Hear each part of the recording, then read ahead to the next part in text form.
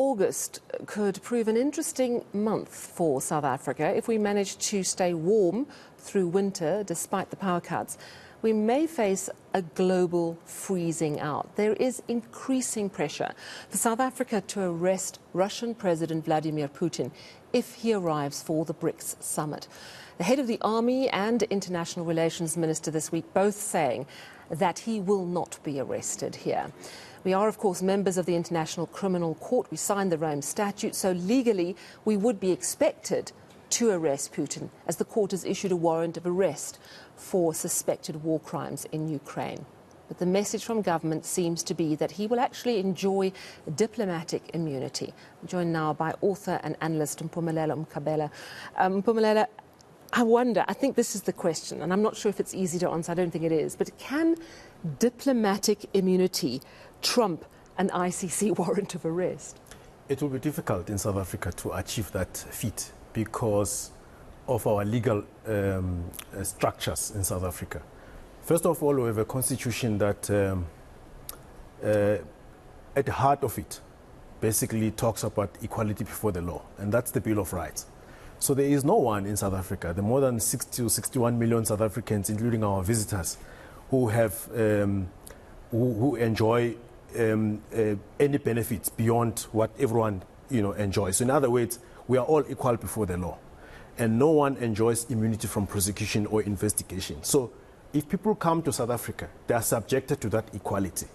So if President Putin were to achieve something beyond what we are afforded as South Africans, or even our guests, that would be something unprecedented. But isn't that the whole point of diplomatic immunity? That diplomats, presidents, wouldn't be tried for certain crimes here? Not when there's an explicit warrant of arrest issued by the International Criminal Court, of which we are part. And we have domesticated that statute that makes it obligatory for us to execute. So, but sadly, people think that, there is no way out of this. Either you arrest Putin or you break the law. Actually, there is a way out. Former President Thabo Mbeki suggested a way out. He says either this meeting can be held outside of South Africa, the other BRICS member states can host it. It's someone else's problem. Well, essentially. Yeah, but at least you avoid violating your law in your own country. Yeah, because not only did we sign the Rome Statute, we've incorporated it into our domestic laws. So we're kind of stuck, aren't we, in that sense? Exactly. And what the officials in government now are trying to do through this interministerial committee, which is chaired by the Deputy President Paul Mashatile, is to find ways in which other instruments of that statute could be incorporated in that domestication process, so that there's an immunity clause that can be inserted in time for President Putin to come here.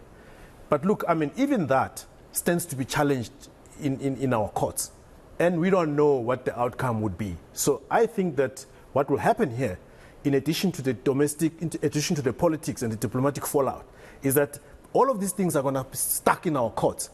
And by the time perhaps the conference, the summit happens in August, we may or may not have the conclusion. That's true. But the other problem with this dilemma we're facing is that because the government cannot be decisive on key foreign policy matters like this, it cannot be decisive in favor of the national interest.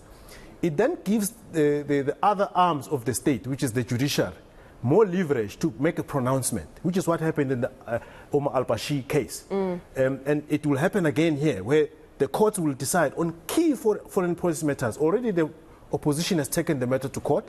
They want a declaratory order. That's the DA. They want a declaratory order that says Putin must be arrested. It's an interesting thing you raised there, because I think it was in 2015 we failed to arrest the Sudanese president, Omar al-Bashir. Yes. And it was a huge issue. The ICC came out and condemned us for not doing that. But actually, what's really happened to us? How much teeth does the ICC have? We didn't get into much trouble, did we? Really? Well, a lot of these things are not about whether somebody can come and whip us and force us to arrest somebody. It's more about the prestige that you lose in international forums, for first of all violating your own laws, so and secondly for being seen to be a rogue country that can disrespect international treaties of which you are part, and thirdly for being narrow-minded about what actually is in your national interest, what isn't.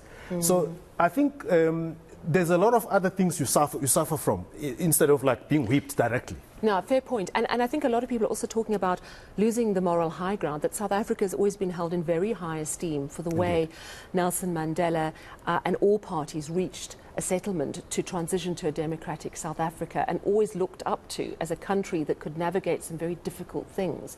And a sense that we've really dropped the ball in not supporting the people of Ukraine. Of course, there's a very strong pushback the other way. You know, there's a large portion of South Africans saying, well, let's support Russia. Russia supported us when no one supported the armed struggle, for example. But let's talk about, you know, so you say we're not going to be whipped as such, but there are also consequences economically. And I think you made the point in the article that you wrote today in News 24 that African Growth and Opportunities Act gives South Africa, and in fact Southern Africa, so many duty-free options that there are a lot of farmers and senators, of course, sitting in America going, let's end those privileges. And this, I suppose, would give them that opportunity if we hosted Vladimir Putin going against exactly what the United States has said. But Sally, I just want to clarify a little bit. These are two separate issues. The ICC issue is a separate issue. And the threat of sanction arises out of a separate issue, which is the economic issue. The ICC issue is a legal issue. It has to do with the international instruments to which we are part as South Africans. And the United States cannot punish South Africa for that, for violating its own law, for example. It's got to do with South Africa's own inconsistency. For example, not long ago, South Africa issued a statement and condemned the manner in which the Afghan government, the Taliban in Afghanistan, is treating girl children, restricting them, not allowing them to go to school. South Africa very, very strongly and correctly said, this is a human rights matter. The Afghanistan government must respect the rights of girls to attend school and to be entitled to all rights. And it was, in a way, an expression of the value system that pertains in South Africa and projecting it in the outside world.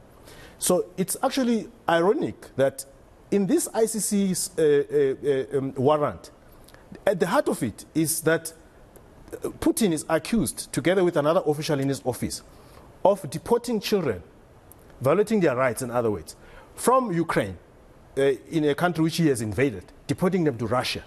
So I don't understand how South Africa expects to be taken seriously if it is not consistent on that human rights of children. That's a separate issue.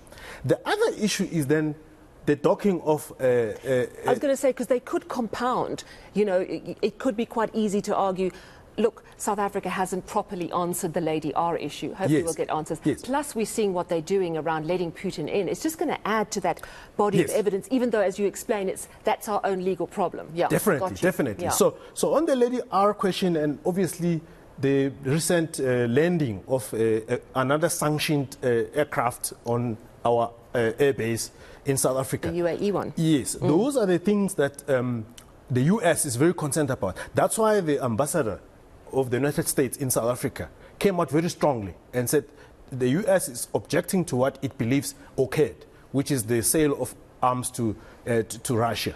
So that actually is the one that the US is concerned about, and that's the one that the US is very consistent about it, because even with China, it has warned China that say, please don't sell arms to Russia. And it went further by sanctioning, actually basically blocking American companies that deal with defense and chips that could be used for that purpose to stop trading with China, precisely because it's trying to curtail China's possibility that it could help Russia with weapons. Even if it's symbolic, China already is well armed. But even if it's symbolic, it's just to signal that we don't like if you to support Russia militarily.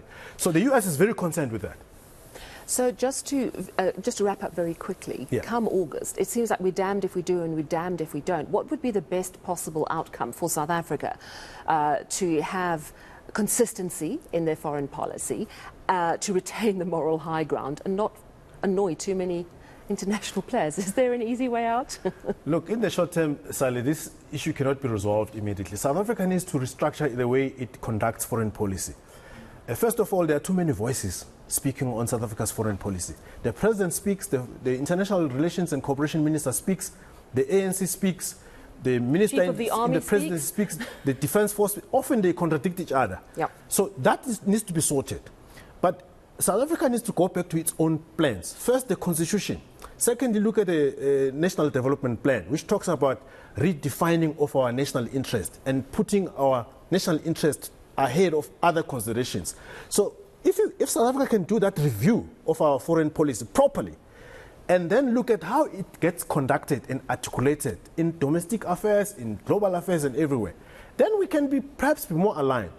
But there's another angle now that has emerged as I wrap up, Sally, that the failure of the government to take the right policy position on matters of national interest has allowed space for other actors like the courts, but not only the courts, even non-state actors in South Africa. Public opinion is divided, and most sophisticated thinkers are against the decision that South Africa has taken on Russia generally, and more strongly around the allegations that South Africa might have sold arms to Russia. So divisions around foreign policy doesn't help South Africa.